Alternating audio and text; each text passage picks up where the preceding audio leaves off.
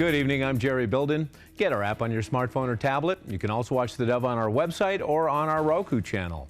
Now, from the Dove Newsroom this hour, Hillary Clinton says the U.S. must lead the fight between fear and resolve after the deadly terror attacks in Paris and bring the ground troops to the fight.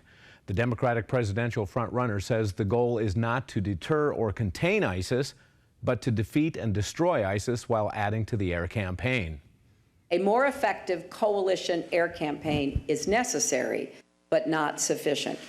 And we should be honest about the fact that to be successful, airstrikes will have to be combined with ground forces actually taking back more territory from ISIS.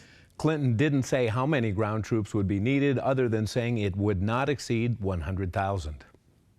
A volunteer seeks $675,000 in a lawsuit against the Gospel Rescue Mission of Grants Pass, alleging it failed to protect her from an enraged man whose wife and daughter were at a women's shelter. A police report from the 2013 incident says Tony Sue Burrows was pepper sprayed and beaten by Matt Cortez. The lawsuit contends the mission lacked adequate security and ignored Burrows's request to establish a locking of doors procedure. It also proposes a man should have been the one to tell Cortez he couldn't enter the shelter to see his wife. Mount Ashland officials are hopeful that the recent storms are an encouragement for skiers and riders. Staff and volunteers have been hard at work preparing for the upcoming season. General Manager Hiram Toll says that the recent dry winters have required changes that he says will enable Mount Ashland to make the most of the snow they get. We had a real focus on preparing for low snow. After 2 years of that, we wanted to make sure that we can provide skiing and riding as early as possible and as safely and pleasantly as possible. So when I talk about 18 inches, we've just recently recontoured and fixed our sonnet slope and made it a little bit easier for our beginners to ski on. Saturday, Mount Ashland is hosting a snow stomp party from 4 to 8 p.m. at the lodge and are offering skiers one last opportunity to take advantage of special pass pricing. As the healing process continues at Umpqua Community College in Roseburg, administration officials will be looking for a new president.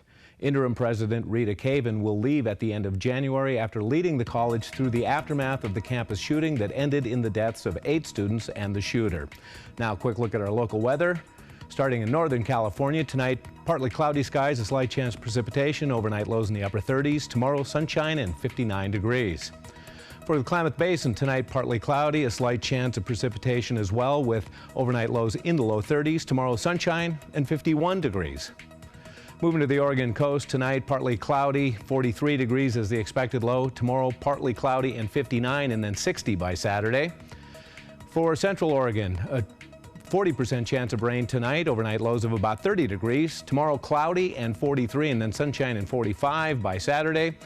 And for Southern Oregon, partly cloudy and 42 tonight. Tomorrow, sunshine and 59, partly cloudy and 57 by Saturday. It is a snapshot of your news and weather right here on the Dove.